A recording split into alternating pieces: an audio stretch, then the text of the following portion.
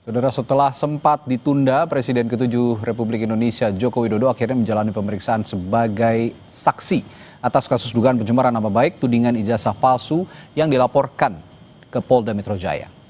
Pemeriksaan Jokowi berlangsung di Mapolresta Solo atas permintaan Jokowi karena kendala kesehatan.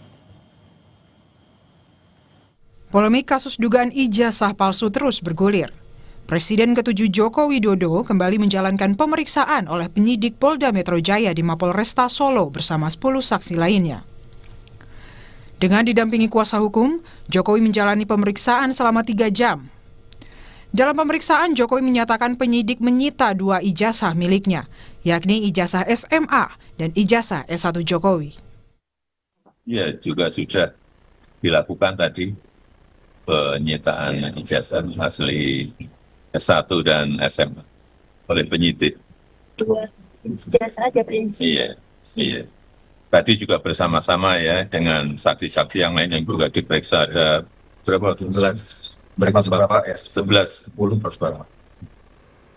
Pak, ini kan plus saya berarti 11. Pak, izin Pak, ini kan naik ke penyidikan, gimana Pak perkembangan hukumnya? Ya, kita ikuti seluruh proses hukum, kita hormati seluruh proses hukum yang ada dan sampai nanti di pengadilan kita lihat ya. Sementara itu saat menghadiri deklarasi, Roy Suryo CS mengungkapkan keberatan pemeriksaan Jokowi berlangsung di Mapolresta Solo, bukan di Polda Metro Jaya. Roy Suryo CS juga sudah bersurat ke Polda Metro Jaya untuk pelaksanaan gelar perkara khusus. Joko Widodo itu malah hadir di sebuah acara rame-rame teriak-teriak di atas mimbar. Ya, itu kan sama sekali tidak benar. Jadi artinya kami sangat berkeberatan dengan moda pemeriksaan cara gini. Polri gimana mau dicintai masyarakat kalau pemeriksaannya sangat subjektif semacam ini. Itu tanggapan saya. Yang jelas pemeriksaan di Solo ini membuat lari dari tanggung jawabnya untuk dia membawa ijazah aslinya dan kemudian ditunjukkan dan disita.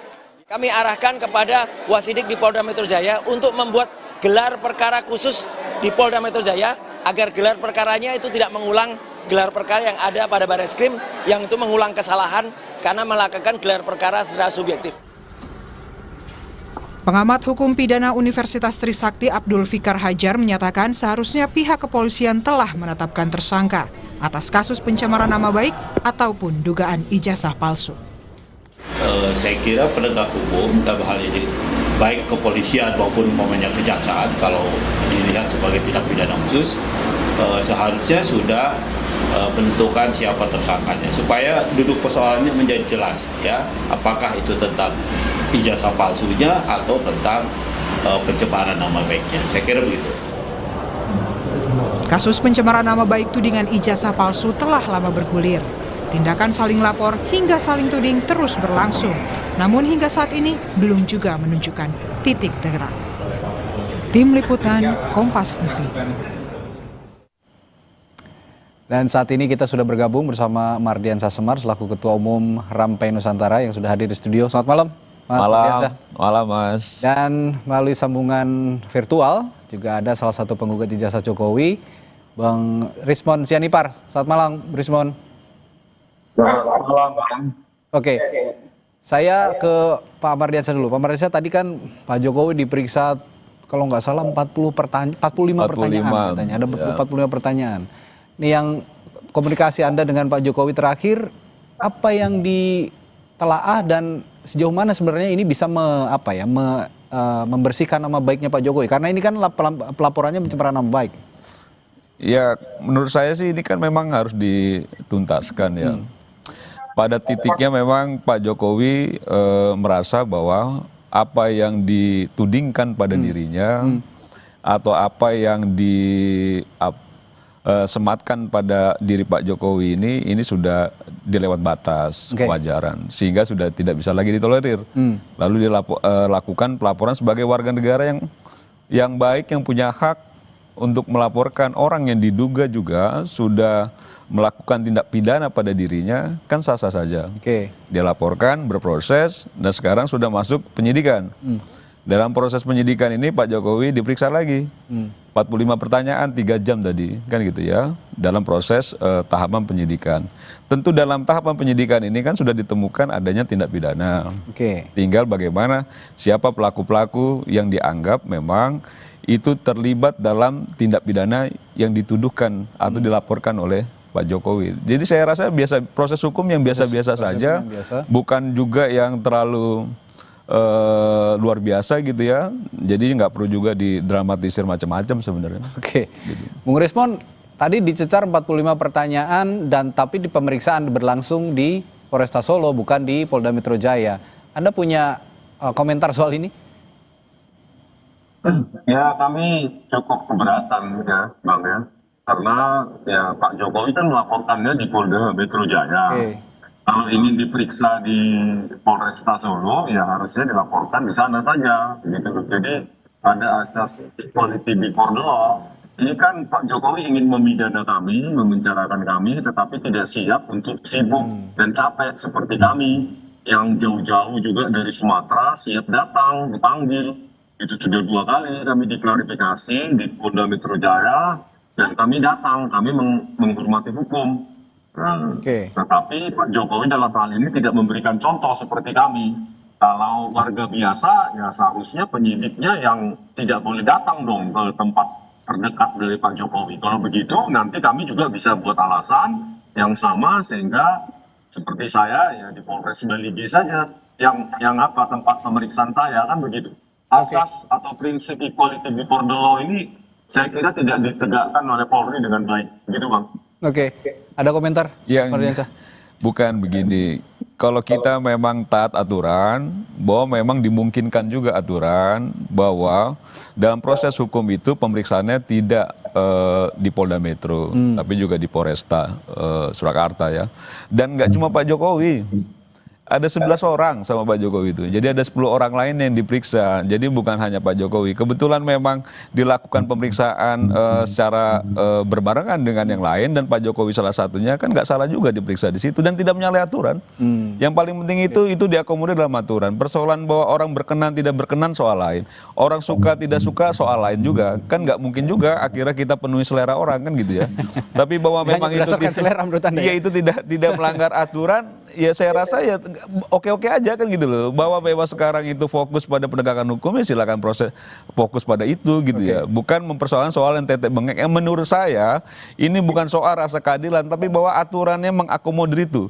Jika aturan tidak mengakomodir, mungkin kita juga melihat bahwa ini ada kesalahan. Ini tidak ada kesalahan kok. Ini secara aturan memang diakomodir gitu. Jadi tidak ada masalah ketika Pak Jokowi diperiksa di Polres dan itu bagian dari Kepolisian Republik Indonesia juga. Kecuali memang Pak Jokowi ini diperiksanya bukan di kantor polisi gitu. Ini diperiksa di kantor polisi juga, Mas. Karena ada halangan, berarti itu menurut Anda sah-sah saja kan? Iya, sah-sah saja. Dan itu berbarengan juga sama yang lain. Nggak ada masalahnya. Ada penilaian publik juga yang menganggap bahwa kasus ini sangat berlarut-larut seperti tidak ada ujungnya. Dan kemarin Bung Rismon dan teman-teman juga mengatakan perlu ada gelar perkara khusus juga nih Bung Rismon. Apa maksud gelar perkara khusus ini diajukan kembali setelah kemarin di Bareskrim juga sudah digelar? Ya Bang, kalau Bung Mardiansa mengatakan seperti itu, mengapa hal itu tidak terjadi juga kepada Bang Egy Sujana yang saat itu sakit di penal, kenapa tidak penyidiknya datang ke sana dari Mabes Polri? Begitu loh. Jadi kenapa Bang Egy Sujana langsung dideskripsikan sebagai mangkir? Kan ini kan tidak tidak ada perlakuan yang sama oleh kepolisian. Maka terkait dengan gelar perkara khusus, ya, kami juga meminta karena tadi katanya ya ijazah SMA maupun ijazah S1 Fakultas Kehutanan UGM itu sudah disita. Ya semoga benar-benar disita sampai ditunjukkan ke pengadilan nanti. Dan diuji secara forensik, karena kami juga punya bahan pendamping, pembukti pembanding yang lain dari ijazah yang sama, begitu loh. Jadi jangan seperti yang terjadi di Bareskrim bahwa nanti setelah disita 1-2 hari, nanti dikembalikan dan pada saat gelar perkara khusus di Bareskrim Polri, ya bahkan ijazah versi fotokopi pun tidak berani ditunjukkan pada kami dan satu pun dokumen pada saat gelar perkara khusus tersebut itu ditunjukkan kepada kami. Oleh karena itu kami meminta supaya dilakukan gelar perkara khusus di Polda Oke. Metro Jaya dengan menampilkan semua dokumen itu di depan kami dan semua peserta baik independen maupun yang terkait Ya. itu supaya kita Ya. lihat sama-sama begitu Bang, Baik. supaya jangan terjadi lagi seperti Oke. gelar perkara khusus yang seperti bahwa ujian skripsi saja jauh lebih ilmiah daripada itu begitu Bang. Oke, ini kan objek perkaranya tadi ijazah memang, sehingga wajar juga jika proses pemeriksaan tadi menyita, ya dalam bahasa hukumnya itu menyita ijazah SMA dan S1-nya Pak Jokowi. Nah, tapi sejauh mana ijazah SMA dan S1-nya Pak Jokowi ini bisa ya sedikitnya menemukan titik terang juga ujung dari perkara ini akan kemana? Kita akan bahas sesaat lagi di Sapa Indonesia Malam. Tetaplah bersama kami.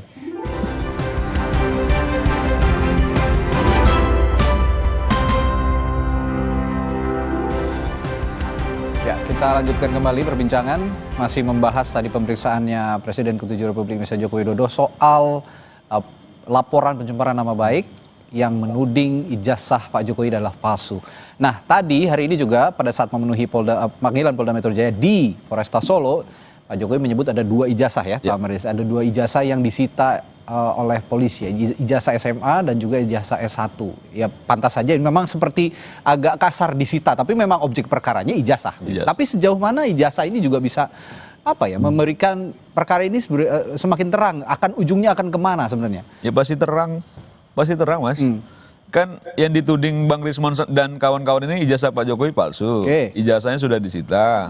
Nanti dalam proses peradilan ditunjukkan asli atau tidak. Itu kan juga sudah dilakukan di Barreskrim. Ya sudah dilakukan, tapi kan dalam proses peradilan ini kan yang jelas lebih terang lagi ketika memang hakim memutuskan bahwa ijazah ini asli dan apa yang dilaporkan Pak Jokowi terbukti bahwa memang tidak benar kalau dituding atau dituduh sebagai itu merupakan ijazah palsu.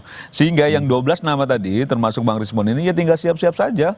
Gitu. Jadi maksud saya dibanding ngabisin energi untuk bicara soal-soal lain, jauh lebih baik itu bersiap diri. Ini siap-siap untuk apa nih? Ya siap-siap jika memang vonisnya sudah tidak bisa dibendung lagi, karena kan kebenaran itu akan... Maksud Anda siap-siap menjadi tersangka begitu? Kebenaran itu akan menemukan jalannya sendiri, Mas. Kan gitu loh. Jadi kalau misalnya vonisnya nanti tiba-tiba memang yang dilaporkan ini divonis bersalah, ya jangan lari juga kan gitu loh. Jangan juga tidak bertanggung jawab juga, ya konsekuensi silakan dinikmati kan gitu ya. Apa yang sudah dilakukan selama ini yang sudah membuat heboh Republik ini, yang menurut kita rakyat ini capek, Mas. Kita ini lagi fokus soal bagaimana membangun bangsa. Orang-orang ini bicara, bicara soal yang ini saja. Kadang balik ke kiri, balik ke kanan, itu aja poinnya.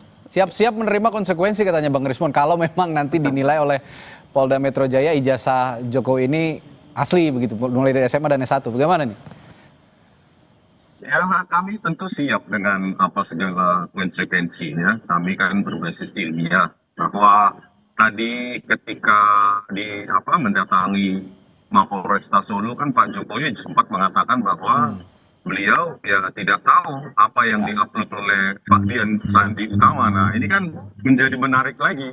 Sebenarnya ijazah yang ada ya di tangan Pak Jokowi dengan ijazah yang diupload oleh Dian Sandi Utama berarti ada 2 ijazah yang berbeda. Ya. Jadi ini perlu pengkajian kembali karena karena kemarin pada saat Pak Dian Sandi Utama itu mendatangi Pak Jokowi seolah-olah bahwa dikatakan bahwa apa yang diupload oleh Pak Dian Sandi Utama adalah yang dimiliki atau serupa atau identik dengan apa yang dimiliki dipegang oleh Pak Jokowi. Jadi begini, Bang Mardian jadi kalau kita kan menjawab apa yang diklaim asli, maka kami jawab dengan metodologi kami bahwa itu palsu yang diupload oleh Dian Sandi Utama dan diperkuat juga dengan skripsi Pak Jokowi yang diklaim itu punya Pak Jokowi dan lulus, dan itu kan tidak ada lembar pengujian skripsinya. Nah, ini saya juga mau tanyakan ini ke Bung Rismon. Bung Rismon, kemarin Anda juga melaporkan kan soal skripsi. Nah, ini kan ada juga yang menganggap bahwa yang sebelumnya aja sebelum beres kok sekarang sudah melaporkan lagi soal skripsi. Jadi kesannya katanya seperti dicari-cari gitu loh. Apakah akan berlarut-larut juga soal ijazah saja, kan belum selesai ini Bung Rismon? Nggak dicari-cari lah Bang. Ini sudah memang fondasi kajian kami. Kalau waktu untuk pelaporan itu kan kami punya hak ya untuk mengeksersis hak kami sama seperti Pak Jokowi melaporkan. Ya, jadi ada 3 laporan yang ada di Polda DIY. Yang pertama adalah penyebaran berita bohong terkait tidak adanya peran pembimbingan skripsi maupun pembimbingan akademik oleh Pak Kasmujo yang sudah dibantah sendiri oleh Pak Kasmujo, dan jurnalis Kompas TV juga Bung Dipo Nurbahagia juga mendapatkan jawaban yang identik dengan apa yang saya dapatkan dari Pak Kasmujo. Yang kedua, laporan dugaan skripsi palsu. Ya, karena kami mendapati bahwa lembar-lembar pengesahan skripsi tersebut itu kosong. Ada orang yang kosong juga. Dari Pak Sigit Harunarta dan lainnya itu lembar pengesahan skripsi kosong. Dan bahkan ada satu orang nama dosen ya, Pak Insinyur Hasan Simon SU, itu di 2 skripsi yang berbeda, itu tanda tangannya berbeda. Berarti kami duga ada manipulasi di Oke, baik.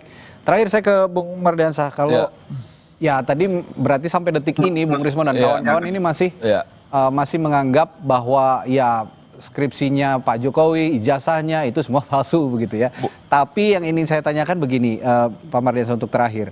Pak Jokowi sendiri sebenarnya merasa kasus ini sangat mengusik dirinya atau tidak sih, dan mengapa akhirnya Pak Jokowi memutuskan bahwa akan meneruskan ini ke jalur hukum juga, akan melaporkan penuding-penuding ini ke jalur hukum? Ini masuk apa yang dilakukan Pak Jokowi bagian dari proses pembelajaran ya. Bahwa orang tidak bisa asal menuding, orang tidak bisa asal menunjuk ijazah kau palsu gitu tanpa bukti yang mendasar.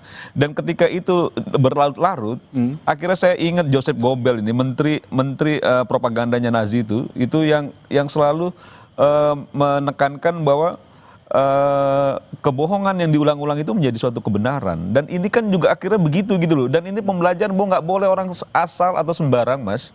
Gitu loh. Jadi kalau Bang Rismon dan kawan-kawan dia mau melaporkan apa, Jokowi udah sampaikan, dia ladeni kok mau sampai kapanpun gitu.